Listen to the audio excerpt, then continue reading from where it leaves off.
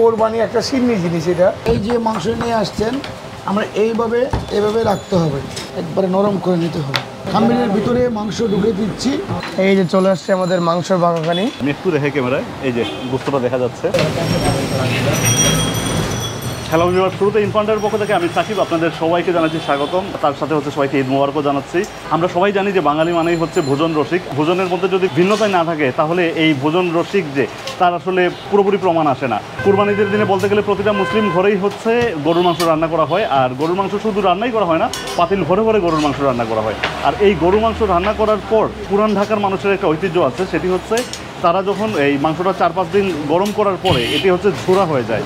আর এই ঝুরা মাংসটা নিয়েই তারা আসেন হচ্ছে এই নাসু ফারুকের দোকানে, যেটি হচ্ছে আমিও কিছুটা নিয়ে আসছি। আমি একটু দেখাই, এই যে গরুর মাংসটা, ঝুরা গরুর মাংস নিয়ে আসছি। এই ঝুরা গরুর মাংস দিয়ে হচ্ছে তারা এক ধরনের বাকরখানি খান পুরান ঢাকার মানুষ, যেটি হচ্ছে তাদের ঐতিহ্যের মধ্যেই পড়ে। এবং এই স্পেশাল বাকরখানিটা তারা কেবল ঈদের সময় খেয়ে থাকেন। তো আজকে আমি আসছি এই নাসু ফারুকের দোকানে আসলে কীভাবে এই ঝুরা গরুর মাংস দিয়ে বাকরখানি করা হয়, কিভাবে এইটার রেওয়াজটা শুরু হলো তার সব কিছু জানতে এবং আপনাদেরকে জানাতে। তো চলুন আজকে জেনে নেওয়া যাক কোরবানির ঝুরা গরুর মাংসের বাকরখানির সব কিছু সম্পর্কে। আমাদের যে বাকরখানির দোকানটা এই যে কুলাইয়ে রাখা হয় শুধু এই যে কোরবানির যে মাংস, জোড়া মাংস দিয়ে বাকরখানি তৈরি করে আমাদের দোকানে একেবারে লাইন ধরে বাকরখানি বানিয়ে এনে পুরান ঢাকার মানুষ। এদের মাংস তো এমনিতে স্বাদ থাকে, আরও জোড়া মাংস দিয়ে বাকরখানি বানালে আপনি খুবই সুস্বাদু হয়, আপনি না খেলে বুঝতে পারবেন। পুরান ঢাকার আমাদের নাসু ফারুক বাকরখানি না খেলে আপনাদের পুরান ঢাকার মানুষের হৃদয় হবে না। ঈদের সময় জোড়া মাংস দিয়ে আমাদের বাকরখানি কে পছন্দ করে, সেই জন্যই আমরা পুরান ঢাকার মানুষের জন্য সার্ভিস দেওয়ার জন্য আমরা দোকানটা খোলা রাখি, থাকার জন্য না, শুধু ভালোবাসার জন্য। পুরান ঢাকার মানুষের রেওয়াজ ছিল, কিন্তু এখন আমি নতুন ঢাকার মানুষ এগুলো শিখে গেছি, নতুন ঢাকার মানুষ শিখে গেছে। তো আমিও তো আজকে এই ইয়েটা নিয়ে আসছি আর কি আপনার জন্য, ঝোড়া মাংস। ধানমন্ডি, গুলশান এগুলো থেকে আসে, কলাবাগান, নিউ মার্কেট এগুলো থেকে আসে। ঈদের পরে তো আর করা হয় না, ঈদের 10 দিন পরে করা হয় না। অনেক সময় বড় বড় দোকান থেকে কাবাব কিনে আনলে আপনি কাবাব দিয়ে অন্য বানান। বাকরখানি আপনার চাহিদাই দুইটাই বেশি, আর শীতের সিজনে চাহিদা থাকে। কিন্তু কোরবানির সময় এই যে মাংস দিয়ে, জোড়া মাংস দিয়ে প্রত্যেকটা ঘরের থেকে অনেকে বাকরখানি বানাতে মাংস নিয়ে আসে। প্রায় 30 বছর প্লাস দেখতেছি পুরান ঢাকার মানুষরা ওই যে জোড়া মাংস দিয়ে বাকরখানি খুবই পছন্দ করে।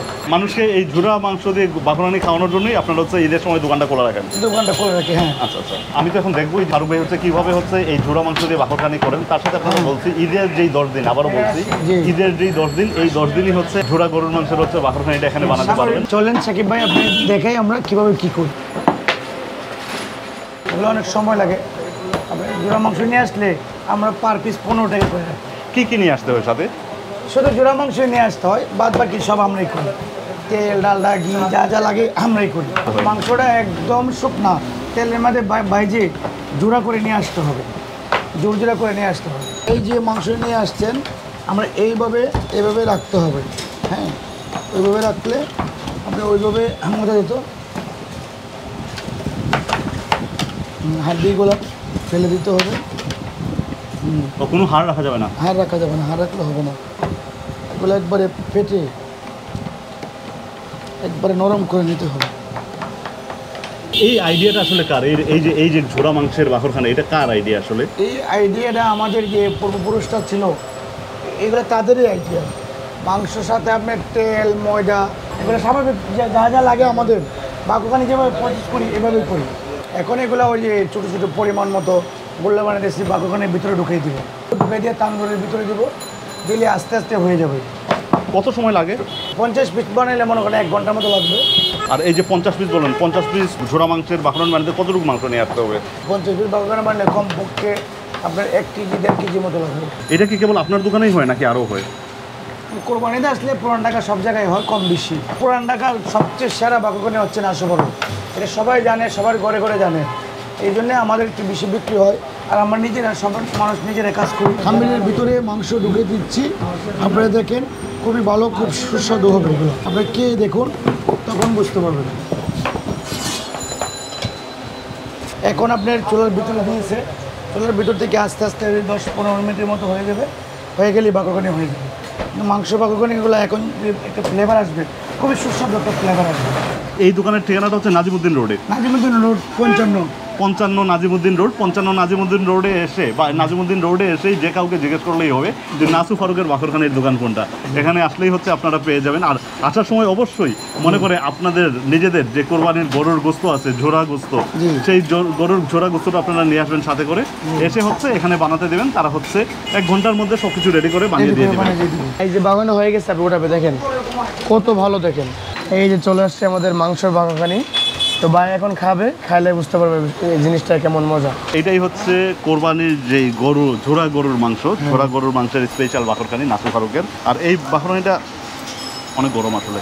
এটা কি মানে এই গরম অবস্থায় খেতে হয় নাকি ঠান্ডা করে খাওয়া যায়? ঠান্ডা হলে ভালো হয় আর কি, গরম গুলা তেমন একটা হয় না, ঠান্ডা হলে খেলে খুব মজা লাগে। ও, ঠান্ডা হলে খেলে মজা লাগে। তারপরে আপনি খেয়ে দেখেন, মজা লাগবে। আমি একটু দেখে ক্যামেরায়, এই যে গোস্তটা দেখা যাচ্ছে, আমি যে মাংসটা নিয়ে আসছিলাম গরুর।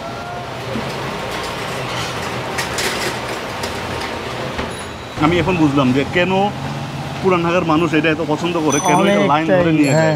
এটা যে বাকরখানি খাচ্ছে এরকম না, বিষয়টা মনে হচ্ছে অন্য কিছু, অন্য স্বাদের কিছু। মানে স্বাদটা পুরো চেঞ্জ, ভিন্ন একটা স্বাদের কিছু খাচ্ছি।